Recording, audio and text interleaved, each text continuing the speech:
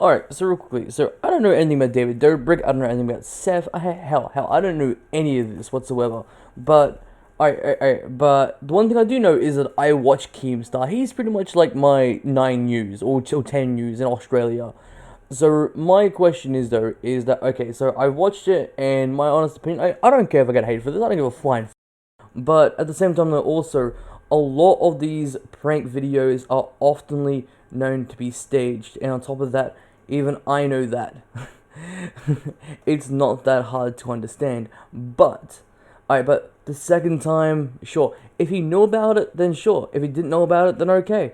That's the whole point of a prank, is that you don't know about it. But the fact is, though, is that he requested it a third time.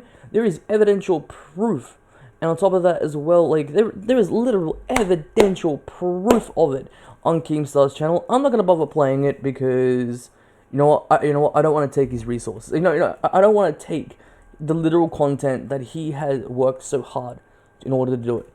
But what I will, and on top of that, I'll actually link the fucking video into my description. Again, I'm keeping my video up. I don't care. But again, I've never seen Seth. I've never seen David Dobrik before. I've heard of David Dobrik, and I'll admit that I have heard of it, but I just wasn't part of the thing. But keep it in mind though as well is that we have had so many bad YouTubers in the past experience, and yet if this is the worst that he's done, his channel should not be cancelled for that. I mean, like what? We've had shit from fucking Brian Stars back in the early 2000s after the shit that he did with Johnny Gilbert and etc.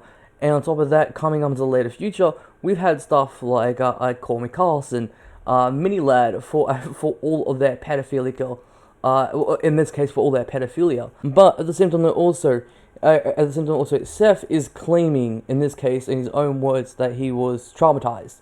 And you know what? As for someone who actually has traumatization, I'm not gonna say on what, but who actually has traumatized in this sense of form.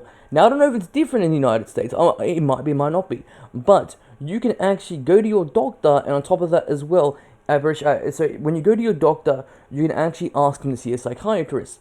And on top of that as well, he'll actually give you a referral to see a psychiatrist depending on what has happened.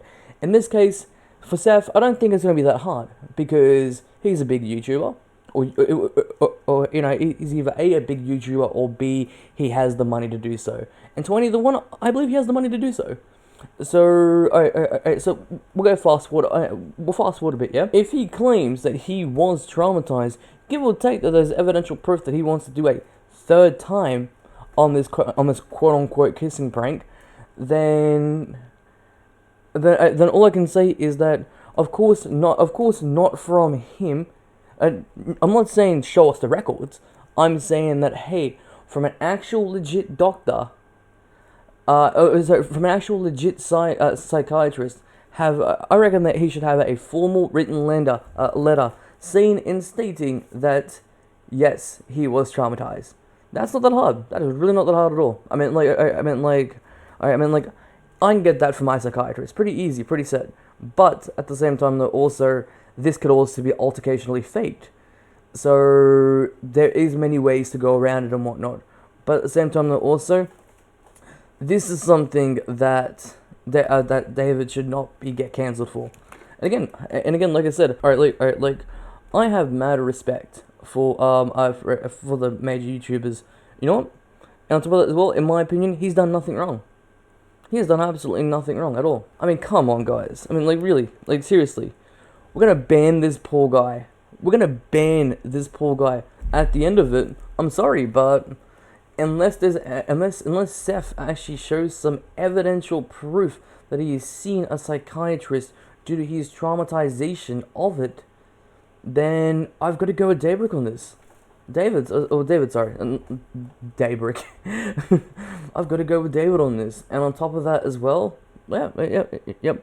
Again, like I said, I don't care if I get hate for this. Like, my YouTube channel is small, fuck's sake. I just do not give a flying fuck. I do this for the living fun out of it. I don't do this to be, I don't do this to be famous. I don't do this for the money. Give or take, I'm not getting paid for this. I just do this because I just enjoy it. Simple as that. Like, yeah, so, yeah, so anyway, Alright, Keemstars, so everyone knows who DramaAlert is, or if you don't know who he is probably one of the most greatest fucking news anchors in the world. And on top of that, his channel will be linked into my description, on the particular video of it. I'm not gonna do my normal outro because this is just a quick video. This is just my personal opinion on it. And yeah, but one more thing as well, real quickly, with the psychiatrist actual form, a lot of YouTubers go and see a psychiatrist. I mean, like, and I do mean a lot of them. And on top of that, a lot of them have said, "Hey, yeah, no, I see a psychiatrist." It is a natural cause, and the main more so because of it is because that YouTube is hard work. It takes dedication. It takes time. And on top of that as well, it can make you depressed. It can make you anxious, and etc. and etc. and etc. And like, out of the only 1 year that I've been on YouTube, I understand this all too bloody well. I mean, yeah, I mean, like, I do understand this magnificently well. And on top of that, I give mad respects to the majority of the most YouTubers who have been on the platform for years. And I do mean years. This takes a massive toll on your health. This takes a massive toll on just almost anything to everything. Unless, because like, you can't say that you were traumatized and never went to go see someone. And if you have, then prove it. And if you haven't, then you weren't really traumatized, were you?